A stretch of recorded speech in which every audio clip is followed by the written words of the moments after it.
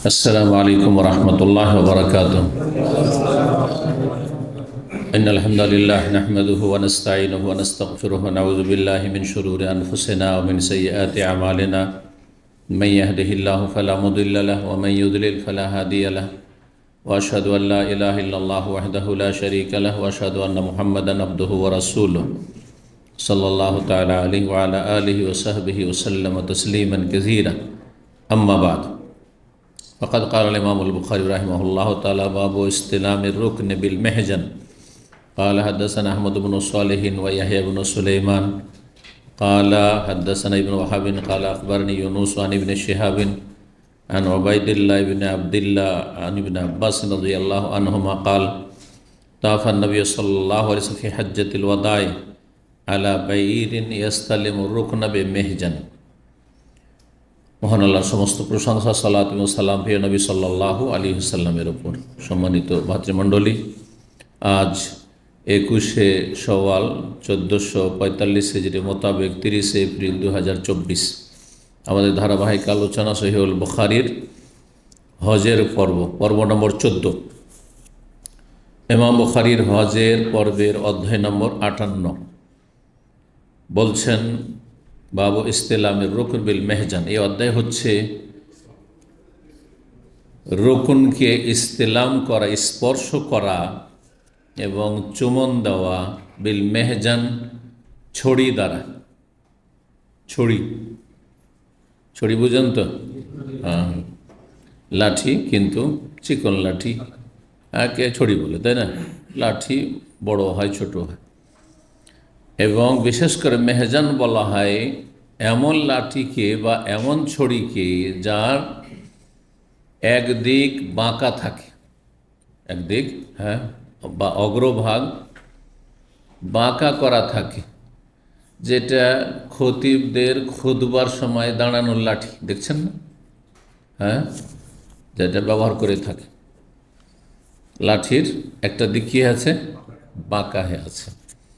সেই বাঁকাটা লাঠিরই একটা অংশ বাঁকা, যেমন আজকাল হচ্ছে।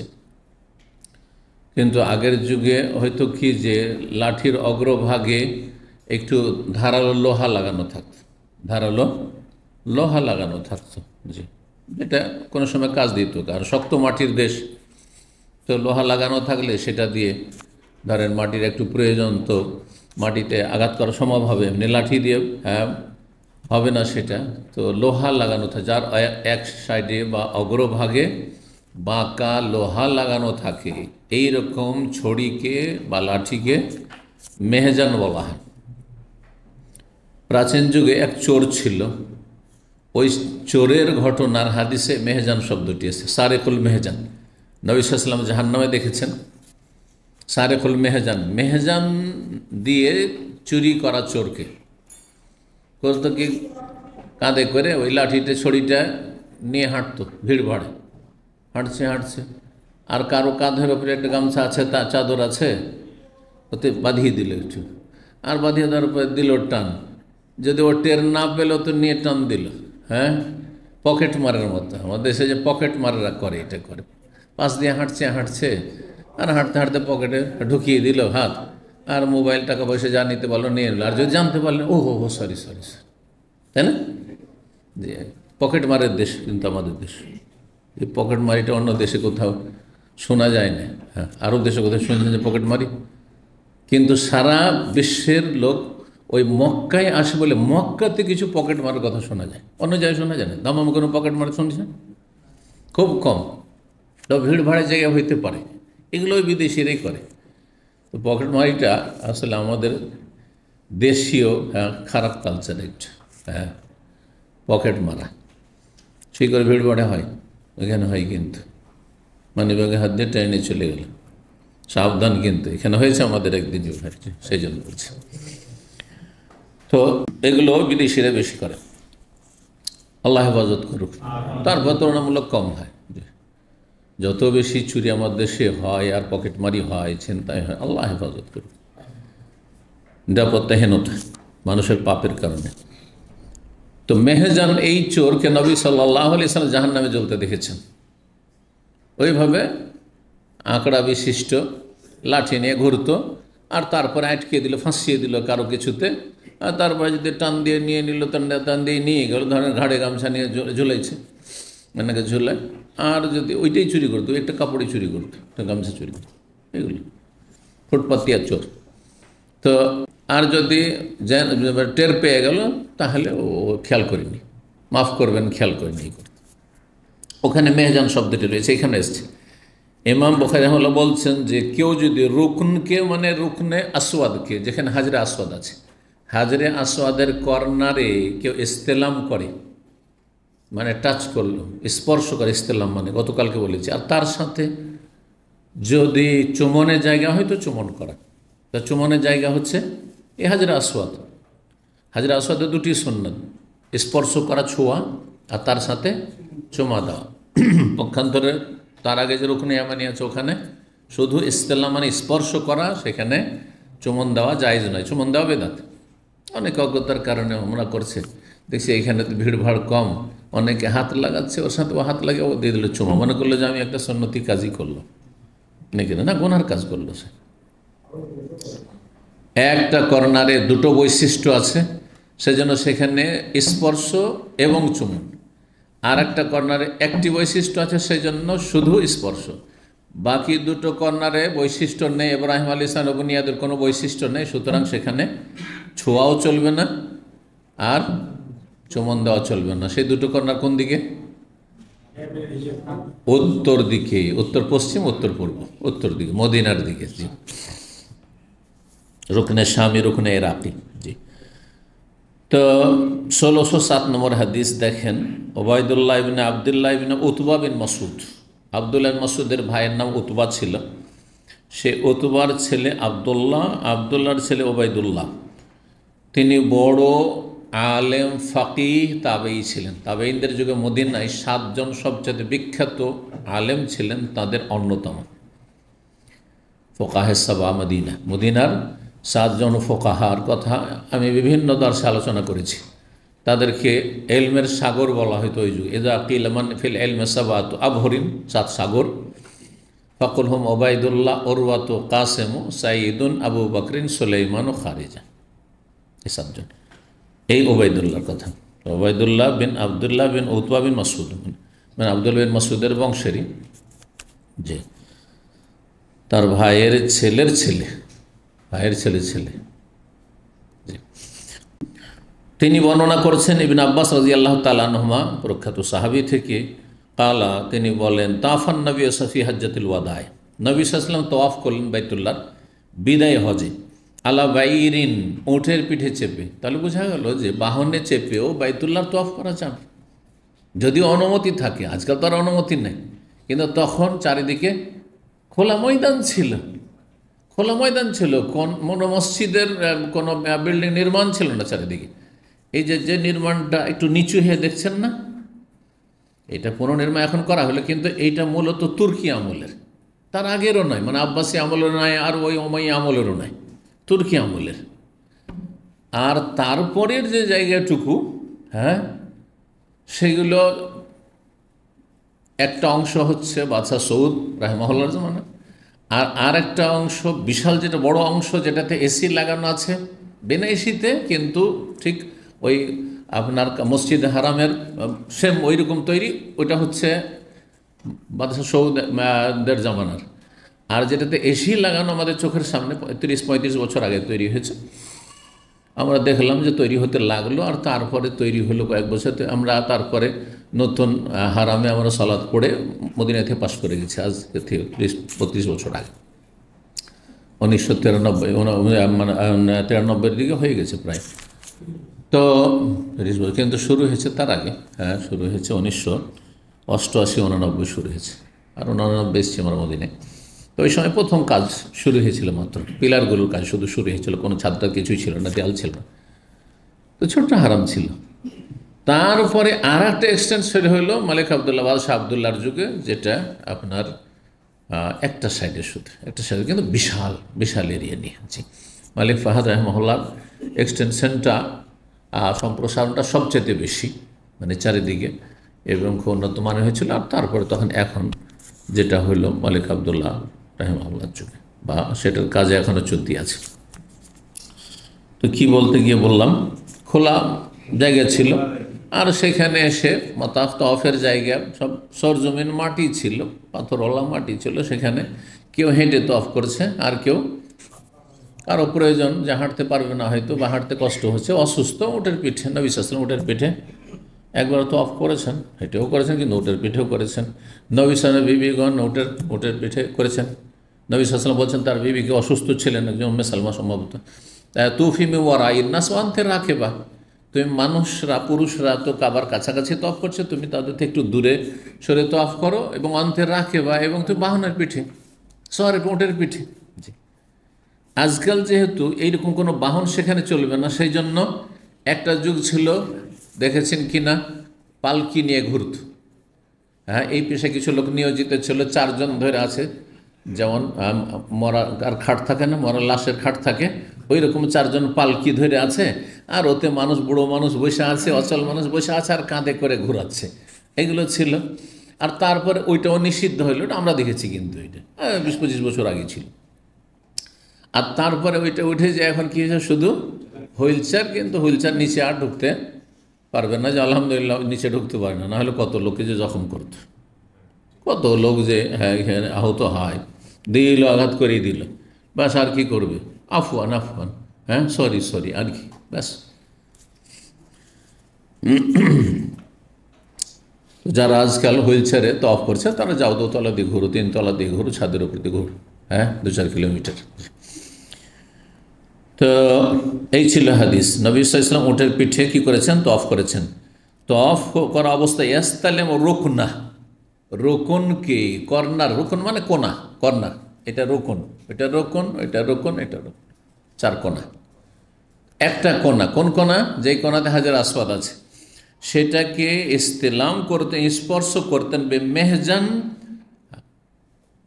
এমন লাঠি দ্বারা যার অগ্রভাগ বাঁকা, বাঁকা অগ্রভাগ বাঁকা লাঠি দ্বারা তিনি কি করেছেন, স্পর্শ করেছেন। লাঠি দ্বারা স্পর্শ করলেন, আজকাল খতিবদের হাতে যে লাঠি থাকে সেম ধরনের লাঠি, লাঠি দ্বারা স্পর্শ করার পর লাঠিতে চুমন দেওয়া জায়েজ রয়েছে।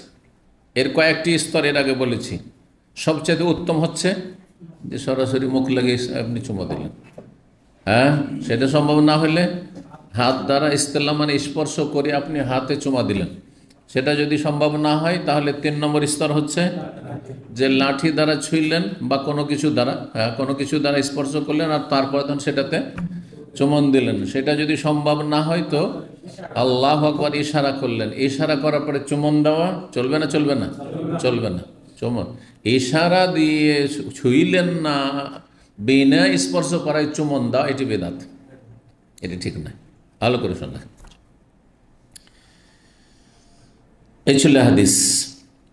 59 নম্বর অধ্যায় বলছে, বাবু মাল্লাম ইয়াস্তালিম ইল্লা রুকনাইনিল ইয়ামানিয়ান। এই অধ্যায় হচ্ছে এমন ব্যক্তি সম্পর্কে, যেই ব্যক্তি কাবার 4 কোণার শুধু 2 কোণায় স্পর্শ করে। কাবার মাল্লাম ইয়াস্তালিম, ইস্তেলাম করে না মানে স্পর্শ করেন না, একমাত্র 2টি ইয়ামানি রুকন ছাড়া, মানে ইয়ামানের দিকে, দক্ষিণ দিকে অবস্থিত 2টি রুকন ছাড়া। এই 2টি ইয়ামানের দিকে, একটা হচ্ছে দক্ষিণ পশ্চিম, আর একটা হচ্ছে দক্ষিণ পূর্ব। দক্ষিণ পূর্বটাতে কি আছে, হাজরে আসওয়াদ আছে।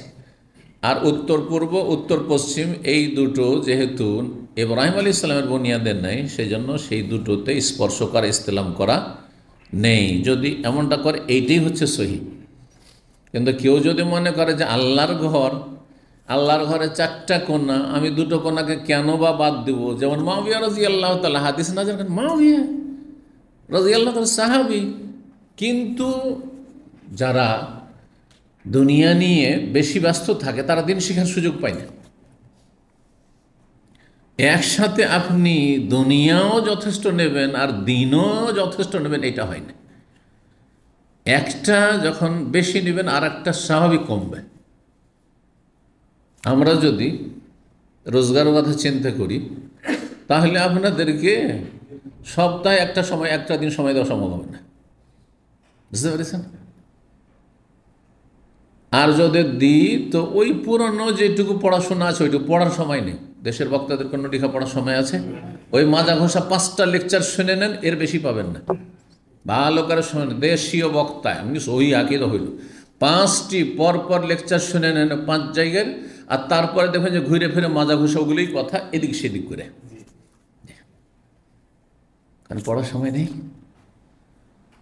দুনিয়া দিন দুটোই নিয়ে চলবেন, এটা অসম্ভব। যার ফলে এখানে দার্সায় যারা এসছেন তার ওভার টাইম ছেড়ে এসছেন, পার্ট টাইম ছেড়ে এসছেন, ওই হাঙ্গার স্টেশন ছেড়ে এসছেন, গাড়ি চালানো ছেড়ে এসছেন, ভাই গাড়ি আছে দিয়ে গাড়ি চাকা ঘুরলে পয়সা আছে ছেড়ে এসছেন। আর যারা দেখছি বাপরে এই সন্ধ্যাবেলা যদি ডিউটির ফাঁকে একটু হাঙ্গার করে নিই, 25, 50, 100 ইনকাম করে নিলাম, ওই 1 ঘন্টা গিয়ে তো লস। তাহলে তাদের দুনিয়া হচ্ছে কিন্তু দিন হয় না, দিন শিখা হয় না। দুটো একসাথে জমা হবে না। কেউ যদি মনে করেন নেতাগিরি করে এমপি আর চেয়ারম্যান হব, আর আমি শেখের আলেমদের কাছে বসে বসে এলেম শিখবো, তা হবে না। কারণ ওর ধান্দা লাগা আছে যে আমার ওই পদটা কী করে ঠিক থাকে, ওটার জন্য দৌড়াইতে হবে, ছুটতে হবে, ওটার জন্য সবসময় তাকে চিন্তা করতে হবে। দুটো পুরোপুরি জমা হবে না। তবে দিনটাকে রেখে যতটুকু দুনিয়া আসে চলে যাচ্ছে, না খেয়ে থাকি না, আমার পরিবার না খেয়ে থাকে না, আলহামদুলিল্লাহ সংসার চলে যাচ্ছে। আপনি ধন সম্পদের পাহাড় করে করবেন নাকি? সেখানে এক্ষুনি মরে গেলে মরবেন না। তারপরে পয়সাগুলো কার?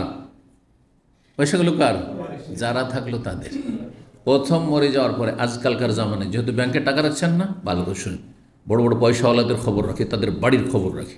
মরার সাথে সাথে তারা খুঁজছে যে এটিএমগুলো কোথায় আছে, কার্ডগুলো কোথায় আছে, আর কোন ব্যাংকে কত টাকা আছে, আর কে আগে হাতিয়ে নিতে পারে, কে আগে হাতিয়ে নিতে পারে কোন কার্ডগুলো। ব্যাস, জি জি। তাহলে আপনাকে চাই না।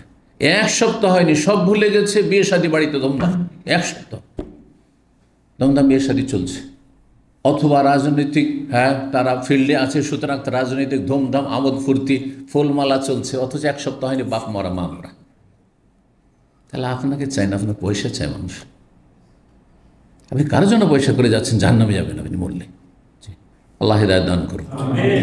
এই জন্য দুনিয়া 2 নম্বরে, 1 নম্বরে আখিরাত রাখুন, তাহলে সফল। আল্লাহ তৌফিক দান করুন। তো শোনেন, কথা প্রসঙ্গে বললাম কথাগুলি। 1608 নম্বর হাদিস, আবু সাসা তাবেই বলছে আন্নাহু ক্বাল ওয়া মান ইয়াত্তাকি শাইআন মিনাল বাইতি। এই আবু সাসারও মত এটাই ছিল যে বাইতুল্লাহর কোন জায়গায় ছাড়বো, সবই তো বরকতের। যুক্তিতে মুক্তি। আজকাল বেদাতিরা এসে যেখানে সেখানে কাবা ঘরে চুমা দেয়। কাবা ঘরে তো কাবা ঘরে, মসজিদে নববীর যে বিশাল চত্বর এরিয়াতে। 1 বছর আমি মসজিদে নববীতে ডিউটি করেছি, কথা বুঝতে পেরেছেন। 1992-এর দিকে প্রায় ডিউটি করেছি। তো মসজিদে নববীতে ডিউটি করছি, তো হজ মৌসুমে প্রায় 2-3 মাস ডিউটি থাকতো, কয়েক ঘন্টা করে আসর থেকে নেশা পর্যন্ত। তো একজন পাকিস্তানি মহিলা, অনেকে আসছে, তার মধ্যে একজন পাকিস্তানি মহিলা দৌড় দিয়ে আবেগের সাথে আসছে। আর আসার পরে একবারে নতুন নতুন তখন বিল্ডিং হয়েছে বাদশা ফাহাদের ওই এক্সটেনশন, তার আগে তো টিন শেড ছিল, ওগুলোর মধ্যে চোখে দেখা চালাতে পড়েছে টিন শেডে সেই গরমে। আর তারপরে তখন দিল এসে চুমা দিল বাবু সালামের বাইরে ওই দিকে। তখন আমি বললাম যে বাবা এতে চুমা দিতে নেই, এগুলোতে চুমা দিতে নেই। বাবু সালামের বাবুর রহমত যেটা লেখা আছে ওই জায়গাতে, ওই যেখানে, তো চুমা দিতে নেই। তখন সে অসন্তুষ্ট বলছে চুমা দিতে নেই কেন, এত টাকা খরচ করে এসছি, আর এটা করতে নেই, ওইটা করতে নেই, চুমা দিতে নেই, তো কি কাজে এসছি, কি কাজে এসছি, এইভাবে আমাকে বলছে। বুঝতে পেরেছেন? আবেগের ধর্মকর্ম।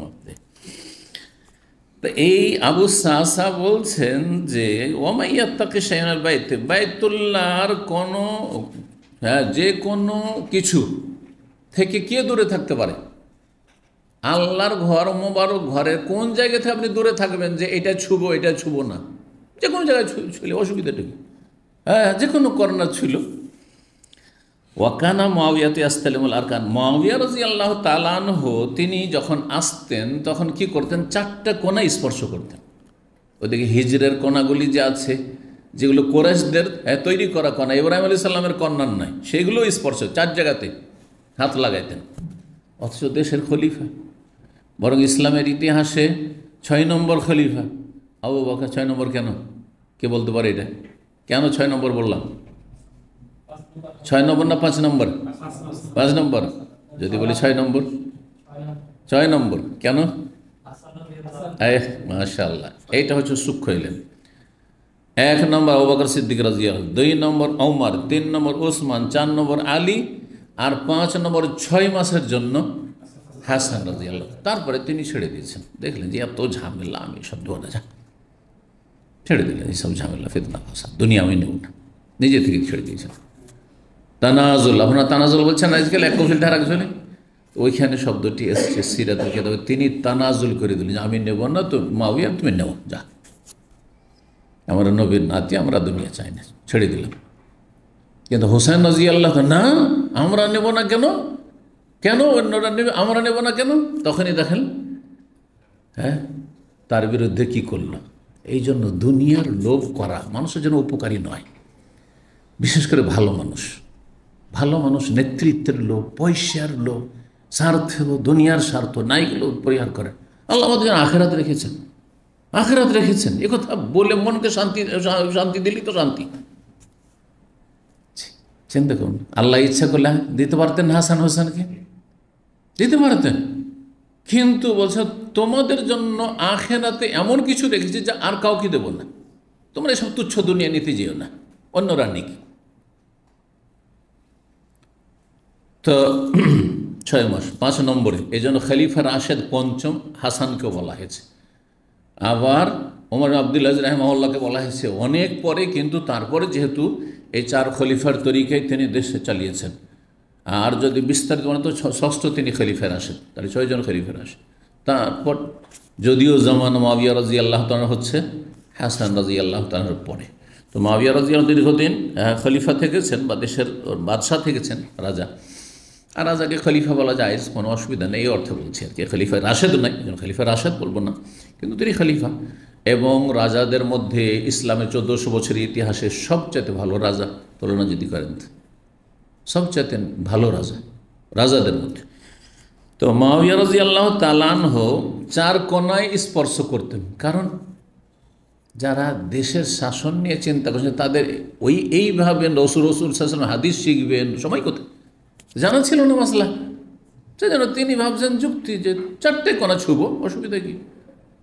অথচ তওয়াফের ব্যাপার, উমরার ব্যাপার, হজের ব্যাপার, এটা এমন ব্যাপার নয় যে অন্য কিছু। ফাকাল ইবনে আব্বাস, আব্দুল্লাহ ইবনে আব্বাস রাদিয়াল্লাহু তাআলা আনহুমা, তিনি বললেন ইন্নাহু লা ইউসতালাম হাযার রুকনান, এই 2টো কোণা ছোঁয়া চলবে না। জি, বাদশাকে বলছেন, মুআবিয়া রাদিয়াল্লাহু তাআলা, তার খেলাফত আমলে, ইবনে আব্বাস এই 2টো কোণা ছোঁয়া চলবে না, ছুঁতে হবে না। ফাকালা, তখন যুক্তি দিচ্ছেন মুআবিয়া রাদিয়াল্লাহু তাআলা, লাইসা শাইয়্যুম মিনাল বাইত মাহজুরান, বাইতুল্লাহর কোনো অংশই পরিত্যক্ত নয়, বাইতুল্লাহর কোনো অংশ মাহজুরান পরিত্যক্ত বা ছেড়ে দেওয়ার নয়। সুতরাং আমি 2 কোণা ছুঁব, 2 কোণা ছুঁব না, এটা কেন করবো, 4 কোণাই ছুঁব। যুক্তি চলবে? কিন্তু মুআবিয়ার যুক্তি না চলে তো এই যুগের মোল্লা মৌলবীর কি করে যুক্তি চলবে? তিনি সাহাবী, নবী সাল্লাল্লাহু আলাইহি ওয়াসাল্লামের সালা, আত্মীয়, তারপরও তার যুক্তি চলেনি, অচল। ওহির কাছে যুক্তি অচল। যুক্তিতে জাহান্নাম যদি ওহির বিরুদ্ধে হয়, কোরআন হাদিসের দলিলের বিরুদ্ধে হয়। ওয়াকান ইবনে জুবাইর ইয়াস্তালিমুহুন্না কুল্লাহুন্না, আর আব্দুল্লাহ বিন জুবাইর রাদিয়াল্লাহু তাআলা আনহুমা, তিনি যখন খলিফা হয়েছে, এর আগে বয়ান করেছি না যে তিনি খলিফা হয়েছিলেন দীর্ঘ কয়েক বছর মক্কার এবং হেজাজের, মক্কার সাথে মক্কা মদিনা পুরো হেজাজের ওপর এক আধিপত্য কায়েম করতে বনু উমাইয়া পারেনি। এলাকা আব্দুল্লাহ বিন জুবাইরের খেলাফতে ছিল। তো বেশ কয়েক বছর চলেছে, প্রায় 7 বছরের মতো। তো সেই সময় আব্দুল্লাহ বিন জুবাইর রাদিয়াল্লাহু তাআলা আনহুমা সম্পর্কে বলেছে তিনি কাবার পুনর্নির্মাণ করেছিলেন। মনে আছে কারো? কিভাবে করেছিলেন? কুরাইশদের মতন, ইব্রাহিম আলাইহিস সালামের মতন। ইব্রাহিম আলাইহিস সালামের মতো করেছেন। ইব্রাহিম আলাইহিস সালামের মতো যখন করে দিলেন, তখন কাবার তো 4টাই কোণা সমান সমান হয়ে গেল মোটামুটি। শুধু হাজরে আসওয়াদের কোণারে হাজরে আসওয়াদের বৈশিষ্ট্য আছে কালো পাথরের, বাকি 3টা কোণা তো সমান। তার রুকনে ইয়ামানি যখন স্পর্শ আর রুকনে ইয়ামানি ইব্রাহিম আলাইহিস সালামের বুনিয়াদে রুকনে শামে ইরাকি যে উত্তর দিকের দুটো কোণা, সেই দুটোও অরিজিনাল ইব্রাহিম আলাইহিস সালামের হয়ে গেল ইবনে জুবাইরের জামানে। তখন তিনি কি করতেন? এই ইজতিহাদে যে চারটাই কোণা কি করতে হবে, তাহলে স্পর্শ করতে হবে, কারণ চারটাই কোণার হচ্ছে ইব্রাহিম আলাইহিস সালামের ভিত্তির ওপর স্থাপিত। তার জামানায় নতুন করে কাবা তৈরি করার পরে এটা তিনি করেছেন, সেটাও তার ইজতিহাদ, কারণ এটা নবী সাল্লাল্লাহু আলাইহি ওয়াসাল্লাম বলেননি যে কোনোদিন যদি এমন হয়ে যায় যে ইব্রাহিম আলাইহিস সালামের বুনিয়াদে চলে যায়, কাবা তো চার কোণা স্পর্শ করবে। রুকনে ইয়ামানি স্পর্শ করেছেন নবী সাল্লাল্লাহু আলাইহি ওয়াসাল্লাম বা বলেছেন, কিন্তু আর দুই কোনো কথা বলেন। সুতরাং ইবনে জুবাইর রাদিয়াল্লাহু তাআলা আনহুরও এটি ইজতিহাদ, সে ইজতিহাদ যে সহিশুদ্ধ হবে। তবে মুআবিয়া রাদিয়াল্লাহু তাআলা আনহুর চাইতে তার ইজতিহাদে শক্তি আছে, হ্যাঁ তাই না? শক্তি আছে কি, যে ইব্রাহিম আলাইহিস সালামের বুনিয়াদের ওপর আমার এই কাবা, সুতরাং আমি তিনটি কোণা সমান সমান দেখছি, তো এই কোণাতে রুকনে ইয়ামানি আপনি ছুঁইবেন, তো এই দুটো কেন ছুঁইবেন না, এই জন্য। কিন্তু মুআবিয়া রাদিয়াল্লাহু তাআলা আনহু যে বলছেন না, কাবার কোনো জায়গায় ছাড়ান নয়, এই কথা অচল। যার ফলে ইবনে আব্বাস রাদিয়াল্লাহু তাআলা আনহুমা সংশোধনী দিয়েছেন বা সতর্ক করেছেন। 1609 নম্বর হাদিস কালা। এখান থেকে আরেকটা শিক্ষণীয় বিষয়, যদি এত বড় সাহাবী কে মুআবিয়া রাদিয়াল্লাহু তাআলা, তারপরে ইবনে জুবাইর, তাদের ইজতিহাদে ভুল হয়, তাহলে আবু হানিফা, শাফি, মালিক তার চাইতে বড় নাকি? তাদের ভুল হইতে পারে না? যে হানাফি মজাবে কোনো ভুল নেই, মজাব ফরজ। শাফি মজাবে কোনো ভুল নেই, মজাব মানা ফরজ। হ্যাঁ, মালিকি মজাবে কোনো ভুল নেই, হাত ছেড়ে নামাজ পড়ে মজাব ফরজ। না, মোটেই ফরজ না। ফরজ হচ্ছে ওহী, আল্লাহ এবং রসুলের কথা মানা ফরজ, সেগুলি ওহী। ভালো করে শুনুন, একমাত্র নবী সাল্লাল্লাহু আলাইহি ওয়াসাল্লাম ছাড়া কেউ ভুলের ঊর্ধ্বে নয়, এই বিশ্বাস আপনাকে রাখতে হবে। যদি এই বিশ্বাস না রাখেন, যদি মনে করেন যে না আবু হানিফা ভুলের ঊর্ধ্বে নয়, তাহলে আপনি কাজে কর্মে তাকে নবী রসুল বানিয়েই দিলেন, আপনি তার রেসালাত আপনি শিরিক করে ফেলেন, চরম অন্যায় কাজ। নবীর মর্যাদা স্টেজে বসিয়ে দিলেন, মোটেই না। আপনি যতই কাউকে ভালোবাসেন, হ্যাঁ, তার চাইতে বেশি ভালোবাসেন কাকে? আল্লাহ রসুলকে। তার চাইতে ভালোবাসেন আপনি ওহীকে, কোরআন হাদিসকে। তার চাইতে ভালোবাসেন আপনি দলিলকে। আমাকে কেন ভালোবাসছেন? আমার কাছে কোরআনের এলেম আছে, সেই জন্য। আমার তো ব্যক্তি হিসাবে তো আমার মূল্য কিছুই নেই, কিন্তু আমার কাছে যেহেতু কোরআন হাদিসের জ্ঞান আছে, সেই জন্য আমার মূল্য। তাহলে আমার মূল্য বেশি না দলিলের মূল্য বেশি? দলিলের মূল্য বেশি। এই কথাগুলি বুঝলেই তো আর মজহাবি গোঁড়ামি আর বাপ দাদার ধর্মকর্ম আমাদের দেশে এত বড় বড় হুজুররা করছে, তোমার হুজুর ভুল করতে পারে না? হ্যাঁ, সব ভুলের ওপর আছে। তৌহিদের জায়গায় শিরক, সুন্নতের জায়গায় বিদআত, এসব ধর্মকর্ম করছে, ভুল করছে, সংশোধন করো, আল্লাহ তৌফিক দান করো। 1609 নম্বর কি বলছে? হ্যাঁ, 1609 নম্বর হাদিস।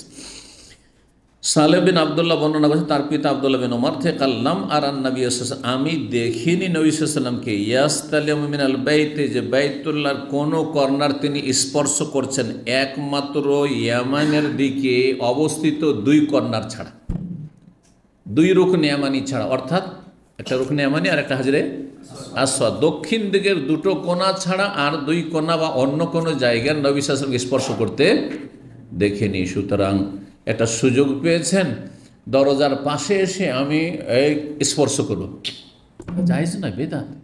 অথবা আমি এই করব, যদিও মুলতাজাম, এই মর্মে কিছু রিওয়ায়াত আছে, মুলতাজাম অর্থাৎ কাবার দরজা আর হাজরা আসওয়াদের মাঝখানে, সেখানে জড়িয়ে ধরা, এ সম্পর্কে কিছু দলিল আছে। আল্লামা আলবানী রাহিমাহুল্লাহ তার যে হজের কিতাব তাতে উল্লেখ করেছেন, এই জন্য সেটা করা যেতে পারে, কিন্তু অন্য জায়গায় না, অন্য জায়গায় না। মুলতাজাম শুধু এই জায়গাটুকুর না।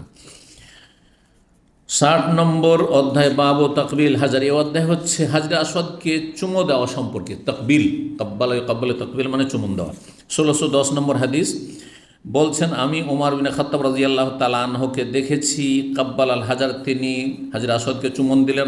লাউলা আন্নী রাআইতু রাসূলুল্লাহ সাল্লাল্লাহু আলাইহি ওয়াসাল্লাম কাব্বালাকা মা কাব্বালতু, আমি যদি না দেখতাম রাসূলুল্লাহ চুমন দিতে, তাহলে তোমাকে আমি চুমন দিতাম না। গতকাল হাদিসটি পড়েছেন। 1611 নম্বর হাদিস বলছেন, সাআলা রাজুল ইবনে ওমর, আব্দুল্লাহ বিন ওমর রাদিয়াল্লাহু তাআলা আনহুকে জিজ্ঞেস করলো জনৈক ব্যক্তি, আন ইসতিলামিল হাজারি, হাজরে আসওয়াদ চুমো দেওয়া বা স্পর্শ করা সম্পর্কে। ফাকাল, বলে, রাআইতু রাসূলুল্লাহ ইয়াসতালিমু ওয়া ইউকাব্বিল, আমি দেখেছি রাসূলুল্লাহ রাসূলুল্লাহ সাল্লাল্লাহু আলাইহি ওয়াসাল্লামকে হাজরে আসওয়াদকে তিনি চুমাও দিয়েছেন আর ছুঁয়েছেন, স্পর্শ করেছেন আর চুমা দিয়েছেন, দুটোই করেছেন। কালা তখন বলছে কুল তো, তখন আমি বললাম, ওই লোকটি বলছে আরায়তা ইন জহিম তো, আচ্ছা বলুন তো যদি আমি ভিড়ে পড়ে যাই, ভিড়ের কারণে আমি হাজরে আসওয়াদ চুমা দিতে পারলাম না। আরায়তা ইন গোলেব তো, আমি যদি সেখানে অপারগ হয়ে যাই, পারলাম না, হ্যাঁ যে কোনো কারণে। কালা ইজ আল আর আয়তা বিল ইয়ামান, তোমার আর আয়তা বলুন তো, বলুন তো এই প্রশ্ন ইয়ামানে রেখে এসো।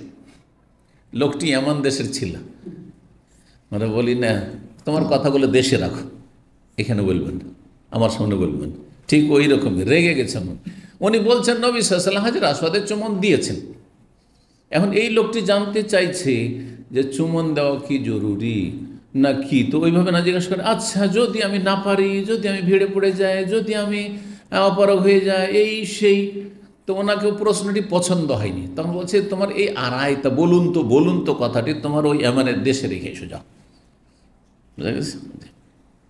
তাহলে প্রশ্নকারীর প্রশ্ন যদি কোনো মুফতির আলেমের পছন্দ না হয়, তাহলে এরকম জবাব দিতে পারে। হ্যাঁ, এমন প্রশ্ন কাল্পনিক, যেমন আমাকে প্রশ্ন করে যদি কেউ, আচ্ছা ধরে নেন, ধরেন এইরকম হয়ে গেছে, ধরেন আমার বিবিকে আমি তালাক দিয়েছি, আমি ধরবেন কেন এবার ধরবার, কেন ধরবেন আপনি, হয়েছে কি তাই বলেন আপনি, কথা বুঝতে পারেন? আপনি এইরকম পছন্দ না, আপনাকে কে জিজ্ঞেস করতে বলেছে ধরে নেন, ধরে নেন, আপনার কি ঘটেছে সেটা বলেন, আর না ঘটেছে জিজ্ঞেস করিয়েন না। তো রায় তো রসুল্লাহ ইয়াস্তালিম, আমি রসুল্লাহ দেখেছি স্পর ছুঁইতে, ওই কাব্বেলুহ আর চুমন দিতে, সুতরাং তুমি পারলে দাও, না পারলে না দাও। আচ্ছা বলুন তো, এই তো যদি কি দরকার। 61 নম্বর হাদিস বলছে বাবন মা সারাইলা রুখ নেই যা তালেহি, এই অধ্যায় হচ্ছে কোনো ব্যক্তি যদি হাজরে আসওয়াদের কাছে আসলো আর আসার পরে সে শুধু ইশারা করে চলে গেল, আল্লাহু আকবার, ইশারা করে দূর থেকে চলে গেল, এটা কেমন? এটাও জায়েজ, এটাও ঠিক আছে। দেখছে ভিড় ভাড় আছে, অথবা তাড়াতাড়ি আমাকে এত আফসারতে হবে, বারবার কি যাবো ওখানে, কোনো প্রয়োজন নেই, কোনো প্রয়োজন নেই, একটি সুন্নাত মুস্তাহাব কাজ। 1612 নম্বর হাদিস বর্ণনা করছে ইবনে আব্বাস রাদিয়াল্লাহু তাআলা আনহু, তিনি বলছেন তাফান নবী বিল বাইতি আলা বাইর, নবী সাল্লাল্লাহু আলাইহি ওয়াসাল্লাম বাইতুল্লাহর তওয়াফ করলেন উটের পিঠে চেপে। কুল্লামা আতা আলা রুকনে, যখনই আসছিলেন তিনি রুকনে ইয়ামানি মানে হাজরে আসওয়াদের সামনে, আশারা ইলাইহি, এখানে রুকন মানে হাজরে আসওয়াদের কর্নার, রুকনে ইয়ামানিকে যদি স্পর্শ করতে পারেন স্পর্শ করবেন, কিন্তু ওখানে ইশারা করা আছে, ওখানে কিন্তু ইশারা করা নাই, আবার ওখানে শুধু ছুঁইতে পারলে ছুঁইবেন, আর না হলে বাদ দেবেন আপনি। চুমনও নাই আর দূর থেকে ইশারাও নাই, কিন্তু হাজরে আসওয়াদে যদি ছুঁইতে না পারেন, চুমা দিতে না পারেন, তো ইশারা করবেন আল্লাহু আকবার বলে। তো বলছেন যখনই আসছিলেন হাজরে আসওয়াদের কর্নারে, আশারা এলিয়ে, তখন নবী সাল্লাল্লাহু আলাইহি ওয়াসাল্লাম উটের পিঠ থেকে আল্লাহু আকবার ইশারা করছিলেন। ইশারার করার কথা হইল, আর ইশারার সময় কিছু বলবেন কি না, প্রত্যেকবার বিসমিল্লাহ আল্লাহু আকবার, অনেকে বলে এটা বেদাত, প্রত্যেকবার বিসমিল্লাহ নয়। এখন প্রত্যেক লোকমায় যদি মানে বিসমিল্লাহ আল্লাহু আকবার, না কি বলে, হ্যাঁ বিসমিল্লাহ বিসমিল্লাহ, তো সুন্নাত না বেদাত? আপনি খাবার খাচ্ছেন আর প্রত্যেক লোক শুধু বিসমিল্লাহ বিসমিল্লাহ, বেদাত হবে না? একবার বিসমিল্লাহ আপনার, শুরুতে বিসমিল্লাহ, শেষে আলহামদুলিল্লাহ, ঠিক না? ঠিক ওই রকমই প্রত্যেক চক্করে বিসমিল্লাহ আল্লাহু আকবার, বিসমিল্লাহ আল্লাহু আকবার। আরে এইটাই শুধু নয়, অনেক বারবার ওখানে থেমে গেছে, বিসমিল্লাহ আল্লাহু আকবার, বিসমিল্লাহ আল্লাহু আকবার, বিসমিল্লাহ আল্লাহু আকবার, বেদাত সব, যাই সব মূর্খ। জি, বিসমিল্লাহ প্রথমখানে ভালো কাজ শুরু করার জন্য, আর বাকি চক্করগুলিতে কি আল্লাহু আকবার। তাই 62 নম্বর অধ্যায় বাবু তাকবীর ইন দ্য রুকুন, এই অধ্যায় হচ্ছে তকবীর পাঠ করা হাজরে আসওয়াদের কর্নারে। হাজরে আসওয়াদ কর্নারে যখন আসবেন তখন কি করবেন? আল্লাহু আকবার বলবেন, তকবীর পাঠ করবেন। 1613 নম্বর হাদিস বলছেন ইবনে আব্বাস তাফান নবী বিল বাইতি আলা বাইরি, নবী সাল্লাল্লাহু বাইতুল্লাহর তওয়াফ করলেন উটের পিঠে চেপে। করলাম আতার রুকনা, যখনই হাজরে আসওয়াদের কোনায় আসছিলেন, আশারা এলি, সেদিন ইঙ্গিত করছিলেন, বেশাইয়িন কানাইন্দ, কি দিয়ে ইঙ্গিত করছিলেন? তাহলে তার হাতে একটা লাঠি ছিল, লাঠি দিয়ে ইঙ্গিত করছিলেন। তো লাঠি দিয়ে ইঙ্গিত করা যাবে, কোনো কিছু একটা বোতল আছে, আল্লাহু আকবার, অসুবিধা কি? কোনো অসুবিধা নেই, কোনো কিছু দিয়ে লাঠি দিয়ে চলে, তো এটা তো চলবে। হাত দিয়ে কানা ইনদাহু, তার কাছে হাতে কিছু ছিল, তা দিয়ে ইঙ্গিত করছিলেন। ওয়াকাব্বারা, আর সাধারণত লাঠি থাকতো নবী সাল্লাল্লাহু আলাইহি ওয়াসাল্লামের হাতে, সে লাঠি দিয়ে ইঙ্গিত করলেন আর তকবীর পাঠ করলেন, তাহলে আল্লাহ আকবার পাঠ করা সুন্নাত। 63 নম্বর বলছে বাবু মান তাফা বিল বাইতে, কেউ যদি বাইতুল্লাহর তওয়াফ করে, এজা কাদেম মক্কা, যখন মক্কা আসবে, মক্কা এসে প্রথম যে তওয়াফটি করবেন এই তওয়াফের নাম তওয়াফে কদুম। তওয়াফে কদুম, এই তওয়াফে কদুম উমরাতে ফরজ, শুনে রাখেন, উমরাতে ফরজ। এইরকম হজ্জে তামাত্তু সেটাও উমরা, কারণ প্রথম উমরা করতে হয়। হজ্জে তামাত্তু যেহেতু উমরা, ওতেও ফরজ। কিন্তু হজ্জে কেরান আর ইফরাদ কেউ যদি করে তাহলে তওয়াফে কদুম সুন্নাত। তওয়াফে কদুম সুন্নাত। একসাথে দুই নিয়ত করেছেন, একসাথে দুই নিয়ত মিলিয়ে করেছেন, লব্বাইক উমরাতান ওয়া হাজ্জান, তওয়াফে কেরান নাকি বলছে হজ্জে কেরান, অথবা শুধু হজের নিয়ত করেছেন কোরবানি দেব না আর আমি রোজাও রাখবো না, সুতরাং কি করবেন? হজে ইফরাদ। হজে ইফরাদ, তো হজে ইফরাদ শুধু হজের নিয়তে এসছেন, প্রথম মক্কা গিয়ে সুন্নত হচ্ছে যে বাইতুল্লাহর তওয়াফ করবেন। সেটা যদি না করেন কিছু নেকি কমলো, কিন্তু কোনো গুনাহ হবে না, কোনো দাম দিতে হবে না। তাহলে কেউ যদি হজে ইফরাদে গিয়ে সরাসরি মেনা চলে যায়, মেনাতে গিয়ে উঠল একবারে, বাস থামলো মেনাতেও, খেমাতে থেকে গেল, এখান থেকে দামাম থেকে যারা যান বাসে তাদেরকে মেনা নিয়ে যাওয়া হয়, নিয়ে গিয়ে তাঁবু দেখিয়ে দেওয়া হলো, তাঁবুতে মাল সামান ব্যাগটাকে রেখে দিলাম, তারপরে তখন হয়তো তওয়াফ করার জন্য নিয়ে যাওয়া হয়, অথবা বলা হয় নিজের নিজের মতো উমরা করতে চলে যান। এখন আপনি হজে ইফরাদ করবেন আর তওয়াফ করার সুন্নাত, এত ভিড় ভাড়ে একটা সুন্নাত করবো, আমি তওয়াফ করতে গেলাম না, তাহলে আপনার কাজ শুরু হয়ে গেল কোত্থেকে? মেনা থেকে শুরু হলো, একটা সুন্নাত শুধু ছুটলো হজে ইফরাদে, হজে কেরানে। কিন্তু হজে তামাত্তু হইলে আমরা যেহেতু উমরা করতে হবে আর উমরাতে রুকুন, তাহলে হজে যেমনটা বললাম হজে কেরান আর ইফরাদ ছাড়া হজে উমরাতে বা হজে তামাত্তুতে কি তওয়াফে কদুম হচ্ছে ফরজ, বাকি কেরান আর ইফরাদে হচ্ছে সুন্নাত। আর 10 তারিখের যে তওয়াফ সেটা ফরজ, রোকন। জি, আর বিদায়ী তওয়াফ সেটা হচ্ছে ওয়াজিব। মাফ আছে কার জন্য? যদি মাসিক হয়ে যায় বা প্রসূতির রক্ত আসা, বাচ্চা ভূমিষ্ঠ হয়ে যাবে, রক্ত আসা শুরু হয়, তাহলে মাফ, তাহলে ছাড় আছে। জি, আর বাকি নফল তওয়াফ, নফল মানে নফল, তাহলে তওয়াফের এতগুলি প্রকরণ: নফল তওয়াফ, সুন্নাত তওয়াফ, ফরজ রুকুন তওয়াফ আর ওয়াজিব তওয়াফ। জি, আর একটা ফরজ তওয়াফ আছে, সেটা মান্যতের তওয়াফ। কেউ যদি মানত করে যে আল্লাহ আমার ছেলেটা যদি হাফেজ হয়ে যায়, হ্যাঁ, বা আমার মেডিকেলে ভর্তি হয়ে যায়, হ্যাঁ, বা আমার চাকরিটা হয়ে যায়, তো আমি কি করব? আল্লাহর ঘরে একটা তওয়াফ করব। তাহলে তখন নিজের উপর ফরজ করে না, ফরজ হয়ে যাবে, তখন ফরজ হয়ে গেল, আপনার ফরজ করে নেওয়ার কারণে মানত পুরা করা ফরজ। তো কেউ যদি বাইতুল্লাহর তওয়াফ করে মক্কা এসে, কাবলা ইয়ারজা ইলা বাইতিহি, বাইতুল্লাহ নিজের বাড়ি ফিরে আগে, বাড়ি আসার আগে মক্কা গেলেন, তখন মক্কায় যাবেন তো আল্লাহর ঘরের জিয়ারত করেন। এমনি মক্কায় গেলেন হয়তো আত্মীয়র সাথে দেখা করতে, বাইতুল্লাহর তওয়াফ করেন একটা, এমনি তওয়াফ করলেন, মুস্তাহাব সুন্নত কাজ করলেন, আল্লাহর ঘর জিয়ারত করলেন, জরুরি নয়। কিন্তু যদি আপনাকে উমরা করতে হয় তাহলে অবশ্যই করতে হবে। তো মক্কা গেল, তারপরে বাড়ি ফেরার আগে কী করলো? বাইতুল্লাহর তওয়াফ করলো। আর তারপরে তওয়াফ করলে 7 চক্কর দিলে 2 রাকাত পড়তে হবে, সেটি হচ্ছে সুন্নাত। সেটি হচ্ছে সুন্নাত। কিসের সুন্নাত? সুন্নাত তওয়াফ, তওয়াফের সুন্নাত সেটি, তার হুকুম সুম্মা খারাজা। আর তারপরে উমরার যদি এটি তওয়াফ হয় তাহলে সাফাই যাবে না, সাফা মারার সাই করবেন। সাফা মারার সাই করার পরে কী কাজ বাকি? চুল কাটা, মাথা মুন্ডন অথবা চুল ছোট করা। তো সংক্ষেপে অধ্যায় বলা হয়েছে 1614 এবং 15 নম্বর হাদিস, একসাথে দুটো হাদিস এখানে বর্ণনা করেছেন। মায়েশা রাদিয়াল্লাহু তাআলা আনহা বলছেন, ইন্না আউওয়ালা শাইইন বাদা বিহি হিনা কাদিমান নবী সাল্লাল্লাহু আলাইহি ওয়াসাল্লাম, সর্বপ্রথম যে কাজটি আরম্ভ করেছিলেন, শুরু করেছেন নবী সাল্লাল্লাহু আলাইহি ওয়াসাল্লাম মক্কায় এসে, কি করেছিলেন? আন্নাহু তাওয়াদ্দা, উযু করলেন। সুম্মা তাফা, তার বাইতুল্লাহর তওয়াফ করলেন। সুম্মা লাম তাকুন উমরা, আর তারপরে সেটা উমরা হয়নি নবী সাল্লাল্লাহু আলাইহি ওয়াসাল্লামের, কারণ তিনি হজ্জে কেরানে, তাহলে কি করলেন? তওয়াফ করে, এটি সুন্নাত, কেরানের জন্য কি সুন্নাত, তওয়াফে কদম হইল। জি, সুম্মা হাজ্জা আবু বকর, তারপর আবু বকর সিদ্দিক হজ করলেন, ওমর রাদিয়াল্লাহু তাআলা আনহু হজ করলেন, মিসলাহু, এইরকমই। সুম্মা হাজাজতু মা আবি যুবাইর, তারপর আবু যুবাইরের সাথে আমি হজ করেছি। কে বলছেন এটি? মা আয়েশা বলছেন, আউয়ালু শাইইন বাদা বিহি তওয়াফ, সর্বপ্রথম যা দিয়ে তিনি তওয়াফ শুরু করেছেন, আউয়ালু শাইইন বাদা, সর্বপ্রথম যে কাজটি দিয়ে শুরু করে সেটি হচ্ছে তওয়াফ। মক্কায় গেলে প্রথম তওয়াফ শুরু করবেন।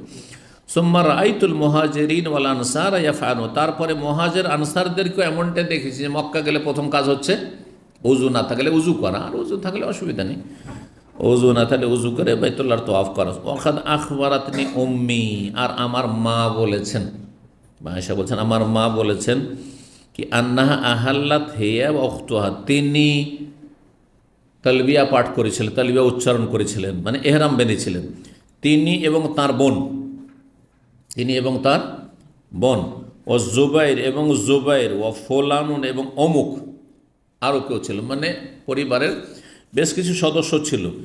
ফোলান ও ফোল অমুক অমুক ওমরা তালবিয়া পাঠ করেছে। ফালাম্মা মাসাহু রুকনা, তারপরে তারা যখন হাজরে আসওয়াদের চুমন দিলেন, মানে 7 চক্কর তওয়াফ করার পরে, তওয়াফের পরে একবার গিয়ে যদি ভিড় না থাকে, একবার ধরেন কাবা ফিরিয়ে আছে, তাহলে তওয়াফ শুরু করার সময় প্রথম গিয়ে কি করবেন, হাজরে আসওয়াদে চুমন দিবেন, আর যখন 7 চক্কর দেওয়া হবে তখনও হাজরে আসওয়াদে চুমন দিয়ে শেষ করবেন, এটা উত্তম।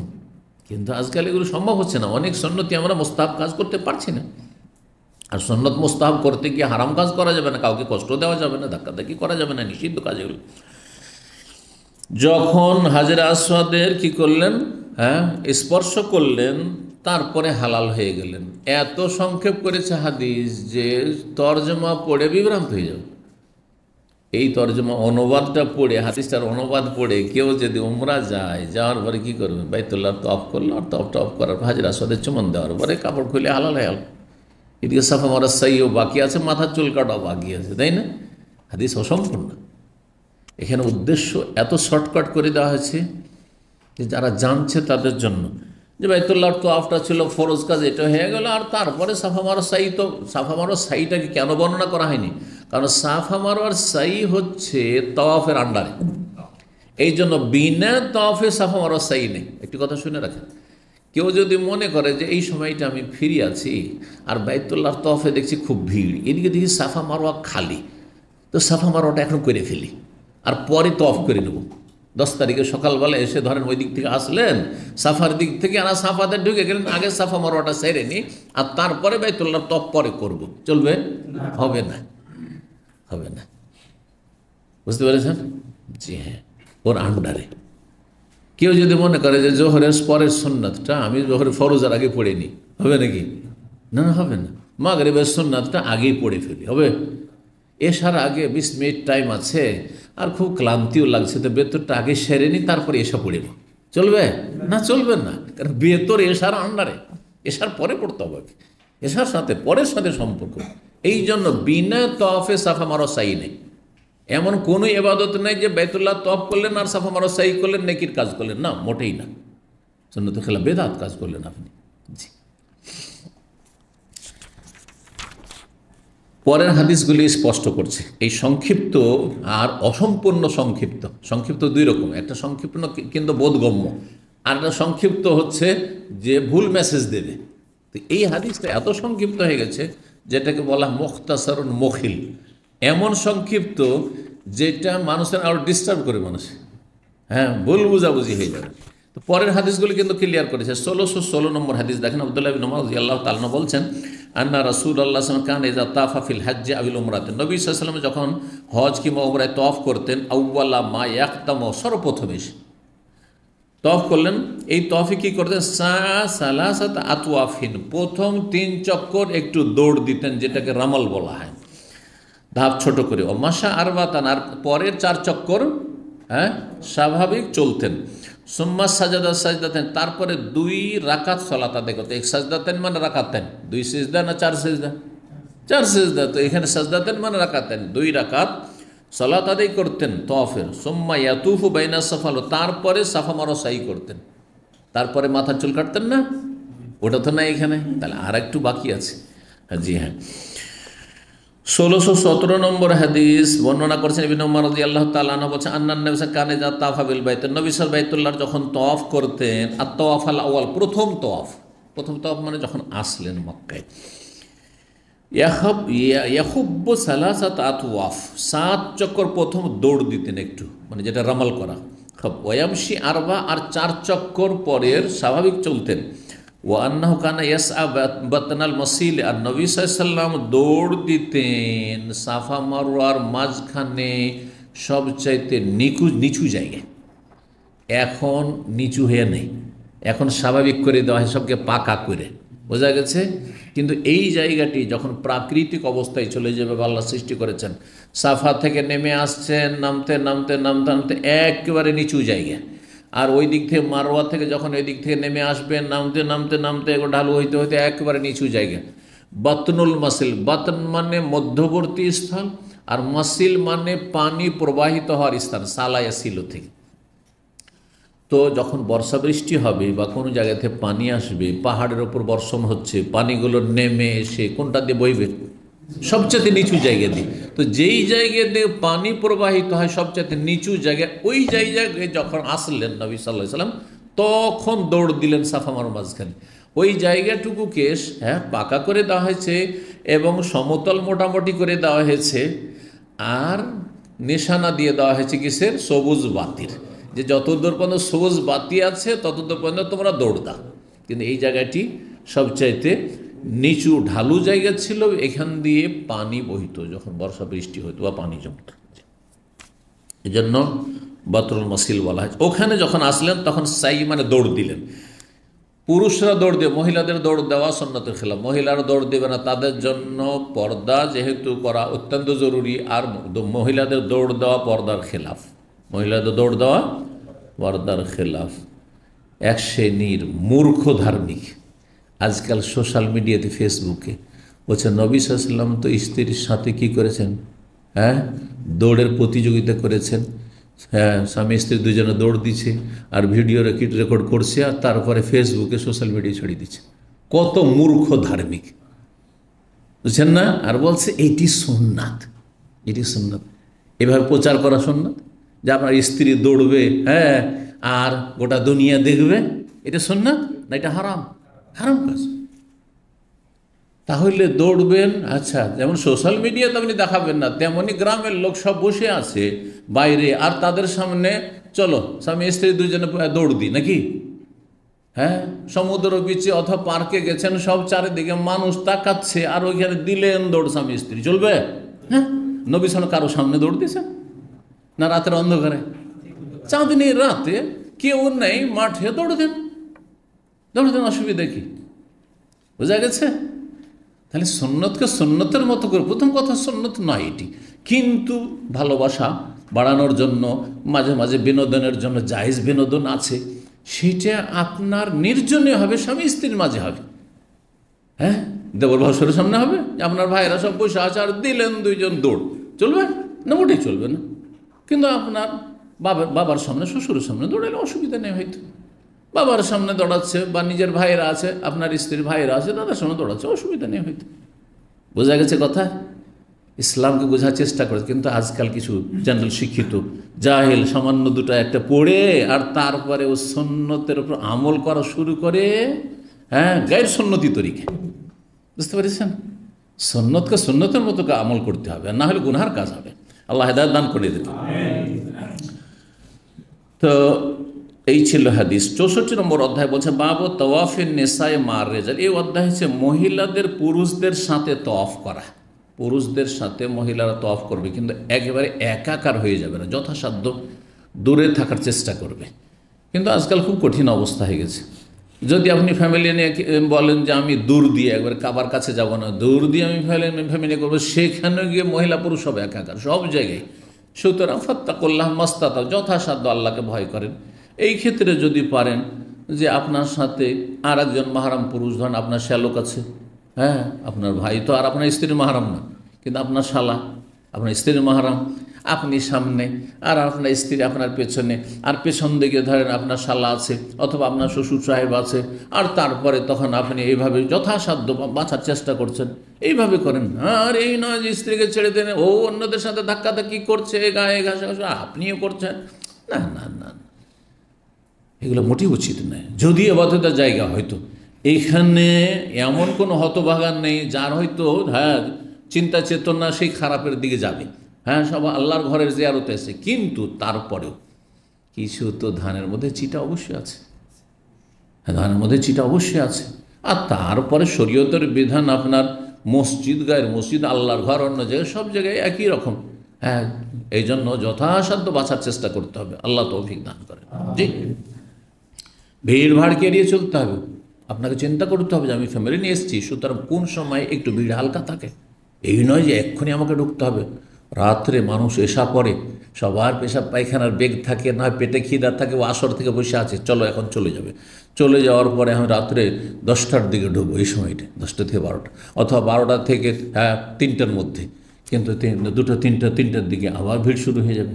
হ্যাঁ, ফজর পরে চলেন, ফজর পরে আধা ঘন্টা 1 ঘন্টা ভিড় থাকবে, তারপরে মানুষ এখানে ঘুমাবার পরিবেশ, সুতরাং চলে যাবে, তখন একটু হালকা হবে। এগুলো চিন্তা করা উচিত একজন মানুষ, যদি দিনদার মানুষ এভাবে চিন্তা করবে। আল্লাহ তৌফিক দান করুন। বড় জটিল হয়ে গেছে আজকাল পরিবার নিয়ে আসলে তওয়াফ করা আর এসাই করা আর তারপরে উমরা করা আর হজ করা বড় কঠিন হয়ে গেছে। আল্লাহ সহজ, এই জন্য এত বেশি বেশি নফল পরিবার নিয়ে করার কোনো প্রয়োজন করে না, এত নফল করার কোনো প্রয়োজন করে না। ফরজ আদায় হয়ে গেছে। হ্যাঁ, 1বার 2বার হয়ে গেছে, আলহামদুলিল্লাহ আলহামদুলিল্লাহ। যখন দেখবেন যে ভিড়ভাড় কম আছে, যদি হয় তাহলে গেলে, না কোনো জরুরি না। যারা জীবনে আসতে পারেনি, প্রথমবার আছে, তাদেরকে সুযোগ দেন। আপনার জন্য মেলা নেকি রাস্তা খোলা আছে। আপনি নিজের বাড়িতে বসে প্রতিদিন হজ উমরার সব কামাইতে পারবেন, আছে না? হ্যাঁ, আপনি যদি ফজর পর মুসাল্লাতে বসে যান আর সূর্য উঠা পর্যন্ত জিকির আজকার করতে থাকেন আর 2 রাকাত পড়েন না, ফজিলত না ইশরাকের, তাহলে প্রতিদিন আপনি হজ উমরা সব হাসিল করতে পারছেন। তো যথাসাধ্য বাঁচবে, কিন্তু মহিলারা পুরুষের সাথে তওয়াফ করবে, নবী সাল্লাল্লাহু আলাইহি ওয়াসাল্লাম, কিন্তু যথাসাধ্য দূরে থাকার চেষ্টা করবে। উম্মাহাতুল মুমিনিন বা সাহাবিয়াতগণ এইরকমটাই করতেন, এবং নবী সাল্লাল্লাহু আলাইহি ওয়াসাল্লাম বলেছেন যে তুমি তওয়াফ করে তো দূর দিয়ে তওয়াফ করো, পুরুষরা কাবার কাছাকাছি থাকছে, তুমি একটু দূর দিয়ে। আর একটু হওয়া উচিত। একসময় ছিল যে মহিলাদের একটু বলা হইতো যে তোমরা দূর দিয়ে করো, আলাদা খানিকটা থাকতো, আমরাও দেখেছি এটা। 1618 নম্বর হাদিস বর্ণনা করছেন প্রখ্যাত তাবেঈ আতা, ইমাম আতা মক্কার তাবেঈ ছিলেন। ইজ মানা ইবনে হিশাম আন-নিসা আত-তাওয়াফ মার রিজাল।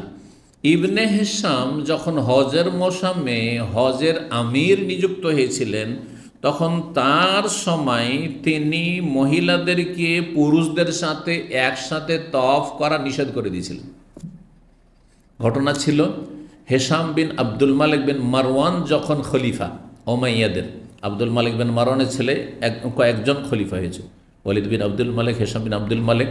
তো এই হিশাম বিন আব্দুল মালিকের জামানে হিশাম বিন আব্দুল মালিকের আর এক নিকট আত্মীয়, যার নাম কি ছিল ইবনে হিশাম, মানে হিশামের ছেলে, ওর নিজের ছেলে নয়, কিন্তু হিশামের ছেলে। হিশামের 2 ছেলে 2 শহরের গভর্নর ছিল তার জামানে।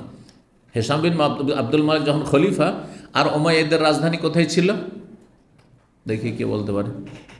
ওমাইয়াদের রাজধানী মক্কায় না মদিনায় না বাসরায় না কুফায়? ওমাইয়াদের দামেস্কে, সিরিয়াতে দামেস্কে। আর কুফাতে ছিল আলী রাদিয়াল্লাহু তাআলা আনহুর রাজধানী। আর 4 খলিফার হাসান পর্যন্ত মদিনায়। জি জি। আর মক্কায় রাজধানী ছিল আব্দুল্লাহ বিন জুবাইরের মধ্যে কয়েক বছর। এগুলো জেনে রাখা, এই মোটা কথাগুলি, হ্যাঁ, নবী সাল্লাল্লাহু আলাইহি ওয়াসাল্লামের জীবনীর বাস, প্রথম যুগের সাহাবায়ে কেরামদের যুগের, এগুলো গুরুত্বপূর্ণ বিষয়। তো যাই হোক, হিশাম বিন আব্দুল মালিক যখন রাজা, তখন তিনি দায়িত্বশীল নিযুক্ত করলেন তার নিকট আত্মীয় ইবনে হিশাম, মানে হিশামের সন্তানকে, ছেলেকে। হিশামের ছেলের নাম কি ছিল? এখানে 2টো মত হয়েছে ভাষ্যকারদের এই হাদিসে। কেন? বুখারীর শারহাতে তারা লিখেছেন, আরবি শারহাগুলো যে ভাষ্যগুলো রয়েছে। মদিনার গভর্নর ছিলেন ইব্রাহিম বিন হিশাম, তার নিকট আত্মীয়। আর ইব্রাহিমের আপন ভাইয়ের নাম ছিল মোহাম্মদ বিন হিশাম, মক্কার গভর্নর। কারণ রাজতন্ত্রের আমলে, রাজতন্ত্র তাদের ওমাইয়াদের রাজতন্ত্র, তখন খেলাফতের রাশেদার পরে নিজের বংশের লোকেরা হবে আর নিজের নিকট আত্মীয়রা হবে, যত দায়িত্বে থাকবে, হ্যাঁ, পদস্থ ব্যক্তি সব কি হবে? নিজের বংশের হবে অধিকাংশ, এই বিষয়টি। তো তাই ছিল। তো তার নিকট আত্মীয় এই 2 জন গভর্নর, একজন মক্কার আর একজন মদিনার। সেই জন্য ইবনে হিশাম এখানে বলছে হিশামের ছেলে। এখন ইবনে হিশাম ইব্রাহিম, কেউ বলছেন না ইব্রাহিম মদিনার গভর্নর, তাকেও দায়িত্ব দেওয়া হয়েছিল এই বছরে তুমি মক্কার হজের দায়িত্ব পালন করবে। হজের দায়িত্বশীল তুমি, হজের দায়িত্বশীল, কারণ হজেরও একজন নেতা নিযুক্ত করা হইতো, নেতা নিযুক্ত করা হইতো। আর কে বলছেন না, মক্কার গভর্নর মোহাম্মদ বিন হিশাম ছিলেন, তিনি, এই জন্য দুটোই কথা বলা হয়েছে। তো এই ইবনে হিশাম মানে মোহাম্মদ বিন হিশাম অথবা ইব্রাহিম বিন হিশাম, যেই হোক না কেন, দু ভাইয়ের এক ভাই, মহিলাদের ক্ষেত্রে ফরমান জারি করলো যে পুরুষদের সাথে একসাথে তপ করতে পারবে না, ভিড় বাড়ে ঠিক হবে না, করতে দেবো না। তাহলে পুরুষরা যখন তপ করবে মহিলারা করবে না, মহিলারা যখন করবে তো পুরুষরা করবে না। এটা নবী সাল্লাল্লাহু আলাইহি ওয়াসাল্লামের জামানায় হয়নি, করেননি, 4 খলিফার জামানায় হয়নি। তিনি নতুন একটা শাসক হিসেবে বা দায়িত্বশীল হিসেবে কী করলেন, ফরমান জারি করলেন। কাল্লা বললেন কাইফা তামনাহুন্না, তখন আতা বলে, ইমাম আতা যেহেতু মক্কার তিনি বড় আলেম, ইমাম, ফকিহ, তাবেঈ বিশিষ্ট, তিনি বললেন কাইফা তামনাহুন্না, কিভাবে আপনি মহিলাদেরকে বাধা দিচ্ছেন, এই তোমরা ঢুকতে পারবে না এখন, কারণ এখন পুরুষদের তফ চলছে, তোমাদের জন্য অন্য সময় দেব। ওয়াকাতাফা নিসাউন নবী মার রেজাল, অথচ নবী সাল্লাল্লাহু আলাইহি ওয়াসাল্লামের সহধর্মিণীগণ পুরুষদের সাথে তফ করেছেন, মানে পাশে কিনারা কিনারা তফ করেছেন। তো এইটা বাড়াবাড়ি হয়ে গেল না, এটা কেন করবেন আপনি?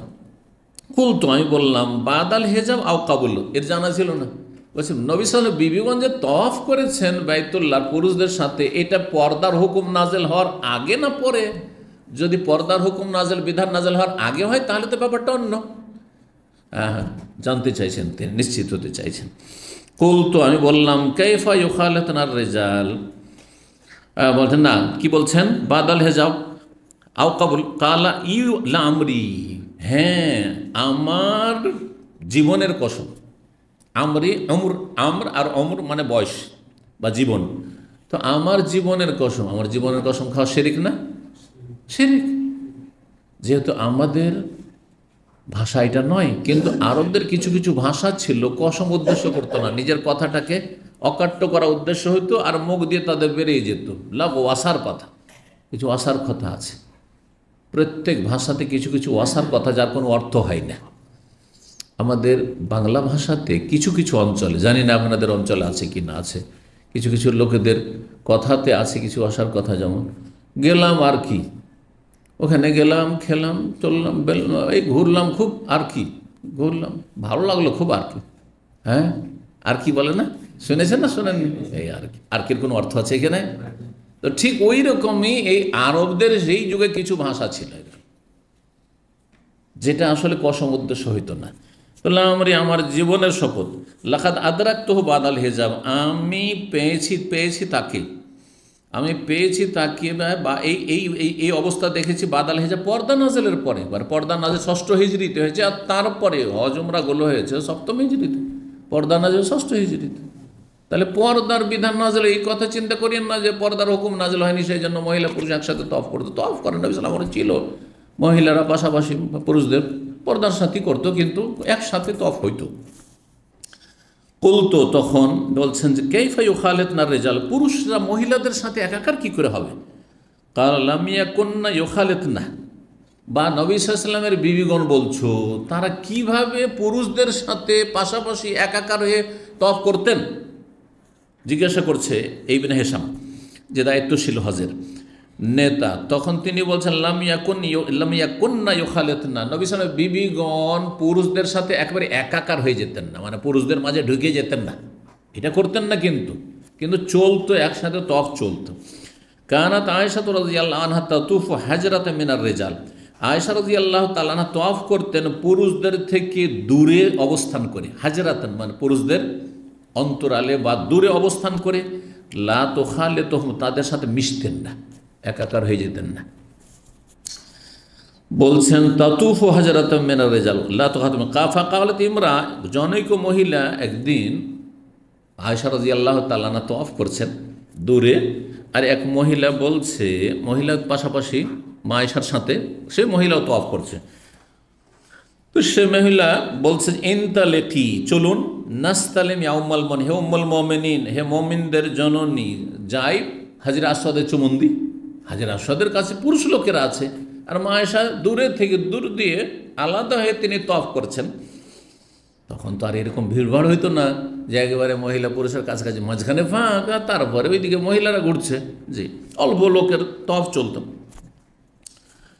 তো ওই মহিলা তখন প্রস্তাব দিচ্ছে যে চলেন যাই আর একটু আমরাও হাজের আসওয়াদে চুমন দিই। কালাত, তখন মা আয়েশা বলছেন রাগান্বিত, ইনতালিকি আনকে, যাও যাও তুমি যাও, হ্যাঁ পুরুষদের মাঝে গিয়ে আমি হাজের আসওয়াদে চুমন দেবো? ইনতালিকি আনকে, তুমি যাও এখান থেকে, দূরে যাও। ও আবাদ, তিনি অস্বীকার করলেন যেতে, হাজের আসওয়াদে চুমন দিতে অস্বীকার করেন, কারণ কাবার চারদিকে পুরুষরা ঘুরছে, তওয়াফ করছে। ফাকুন্না ইয়াখরুজনা মুতানাক্কিরাতিন বিল্লাইলি, বলছেন যে নবী সাল্লাল্লাহু আলাইহি ওয়াসাল্লামের সহধর্মিণীগণ রাতের অন্ধকারে অচেনা হয়ে হারামে ঢুকতেন, মানে বোরখা পরে পর্দা করে এমনভাবে ঢুকতেন যে কেউ চিনতে পারতো না যে নবীর বিবি এই বোরখা পরে আছে। এইভাবে অচেনা হয়ে এমনভাবে যেতেন না যে দেখলে চিনে নেবে, এইভাবে যেতেন। মুতানাক্কিরাতিন বিল্লাইল, রাতে, তাহলে রাতে যেতেন, দিনে নয়। তারপরে হ্যাঁ একবারে জানিয়ে নয় যে আমরা আছি, হ্যাঁ নবীর সহধর্মী, না একবারে কেউ যেন বুঝতে না পারে, টের না পারে। ফায়াতুফনা মার রেজাল, পুরুষদের সাথে সাথে তফ করতেন কিন্তু দূরে থেকে। ওয়ালাকিন্নাহুন্না ইজা দাখালনাল বাইত, তবে তারা যখন বাইতুল্লাহ প্রবেশ করতেন, কুমনা, তখন তারা অবস্থান করতেন, অপেক্ষা করতেন, দাঁড়িয়ে থাকতেন, তাহলে তফ শুরু করতেন না। হাত্তা ইয়াদখুলনা, প্রবেশ করতেন, ও উখরিজা রিজাল, তারপরে পুরুষদের তফ শেষ করার পরে যখন পুরুষরা বেরিয়ে চলে যেত আর পুরুষ নেই, তখন তারা ঢুকতেন। এটাও চেষ্টা করতেন তারা। আর যদি কখনো করতেন তো দূর দিয়ে করতেন, যেমন মা আয়েশা রাদিয়াল্লাহু তাআলা আনহা করেছেন। কিন্তু বেশিরভাগ এমন হইতো যে পুরুষরা যখন বেরিয়ে চলে গেছে, এই সময় আর গভীর রাতে আর কোনো পুরুষ নেই, সব বেরিয়ে চলে গেছে, হারাম খালি হয়ে গেছে, তখন তারা তফ করতেন। এখন তার এরকমটা হবেও না, আর হয় না। হ্যাঁ, একমাত্র করোনার সময় হয়েছে, তাই না? আল্লাহ দেখিয়ে দিয়েছেন আল্লাহ সবই করতে পারে, সব জামানাতে সবই করতে পারে আল্লাহ রাব্বুল আলামিন। আল্লাহু আকবার। ওয়ালাকিন্নাহু ইযা দাখালনাল বাইতা কুমনা হাত্তা ইয়াদখুলনা উখরাজা রাসূল কুনতু আতি আয়েশা আনা ওয়া উবাইদ ইবনে উমাইর ওয়া হিয়া মুজাবিরা ফি জাওফি সাবিল, বলছেন আমি আসতাম আয়েশা রাদিয়াল্লাহু তাআলা আনহার কাছে, আর উবাইদ বিন উমাইর কোথায়? হ্যাঁ, যখন তিনি সাবির পাহাড়ে তিনি অবস্থান করছিলেন। সাবির পাহাড় মেনা আর দিকে রয়েছে, মেনা মুজদালিফা ওই দিকে রয়েছে, তো সেই পাহাড়ের আর দিকে অবস্থান, হয়তো সেখানে ছিলেন কোনো সময়। কুলতু, তখন আমি জিজ্ঞাসা, মা ও মা হেজাব ওহা, যখন গেলেন আয়েশা রাদিয়াল্লাহু তাআলা ওখানে, তখন তার পর্দা হেজাব কী ছিল শরীরে? তালা হিয়া ফি কুব্বাতিন তুর্কিয়াতিন, তিনি একটি তুর্কি, হ্যাঁ তুরস্কের তৈরিকৃত বা তুরস্কে তৈরি হয় এমন ছোট্ট তাঁবুতে ছিলেন। কুব্বা ছোট তাঁবুকে বলা হয়। আজকাল দেখছেন না বিভিন্ন এই পার্ক টার্কে বা এই সমুদ্রের পিছে ছোট্ট একটু করে খিমা লাগিয়ে নিচ্ছে, এটা ফ্যামিলি বসবে তো 2-4-5 জন হয়তো বসা যাবে, 2-3 জন 4 জন বসা যাবে এরকম। লাহাগে শাওন, তার একটা পর্দা ছিল, মানে ঢোকার জন্য বা বের হওয়ার জন্য ওখানে একটা পর্দা ঝুলছিল। গেশাওন মানে গেতাওন, সেখানে একটা আবরণ ছিল। অমা বাইনা অবাইনাহা গায়রু যালিকা, এছাড়া আর কিছু ছিল না। আর ভিতরে আছেন, এমনি দেখতে পেয়েছেন, আর নবী সাল্লাল্লাহু আলাইহি ওয়াসাল্লাম বিবিগণকে তেমন না, ভিতরে আছেন তারা। ও রায়তু আলাইহা, বলছেন যে তাকে দেখেছিলাম, দের আন মুওয়াররাদান, তিনি একটি ঢিলা ঢালা জামা পরেছিলেন, যেটি গোলাপি রঙের। কালো রং জরুরি নয়, তবে কালো রং উত্তম। কালো রঙের সবচাইতে কম আকর্ষণ আছে, এই জন্য কালো বোরকা দিনদার ধার্মিকরা পছন্দ করে। কিন্তু কালো ছাড়া বেশি আকর্ষণ নাই এমন কোনো রং যদি হয়, কালোর কাছাকাছি ছাইয়ের রং, অন্য রং, কিন্তু ধরো লাল রং, একবারে সবুজ রং, আর বেশি আকর্ষণ তৈরি করছে, সবাই তাকাচ্ছে। সেখানে আর কেউ নেই, শুধু একটা, হ্যাঁ 100টির মধ্যে একটা এমন রং আছে যে সব পুরুষ ওই দিকেই তাকাবে, ওই মহিলার ওই আকর্ষণীয় কাপড়ের তাকাবে, তাহলে এইরকম আপত্তি করে এরকম পোশাক। জি, কিন্তু ধরেন অনেকে আছে, কেউ কালো পরে আছে, কেউ আর কোনো ধূসর কাপড় পরে আছে, যাতে বেশি কোনো আকর্ষণ নাই, এটা সবচেয়ে ভালো। আর কালো করলেন তার উপরে এমন করে নকশা টকশা করে, একবারে চাঁদ তারা আকাশের, একেবারে মনে হচ্ছে চাঁদনি রাত, হ্যাঁ, আর কি যে আকর্ষণীয়, তো হারাম এগুলো, এই বোরখা পরা না যায়। আল্লাহ হেদায়েত দান করুন। 1619 নম্বর হাদিস, আর এখানে শেষ করছি। বলছেন জাইনাব বিনত আবি সালমা, উম্মে সালমা রাদিয়াল্লাহু তাআলা আনহা থেকে বর্ণনা করে, নবী সাল্লাল্লাহু আলাইহি ওয়াসাল্লাম সহধর্মী উম্মে সালমা বলছেন, সাকাউতু ইলা রাসূলিল্লাহ, রাসূলুল্লাহ সাল্লাল্লাহু কাছে আমি অভিযোগ করলাম, হ্যাঁ কি, আন্নি আশতাকি, যে আমি অসুস্থ। শিকায়া সাকুয়া মানে অভিযোগ করা, কমপ্লেনও হয়, আর সাকুয়া মানে অসুস্থ হয়, শরীরে কমপ্লেন মানে অসুস্থ। তো কি আন্নি আস্তা কি আমি অসুস্থ, ফাঁকাল অসুস্থ অবস্থায় কেমন করে তওয়াফ করব, মক্কা গিয়েছেন তওয়াফ করবেন কিন্তু অসুস্থ অবস্থায়।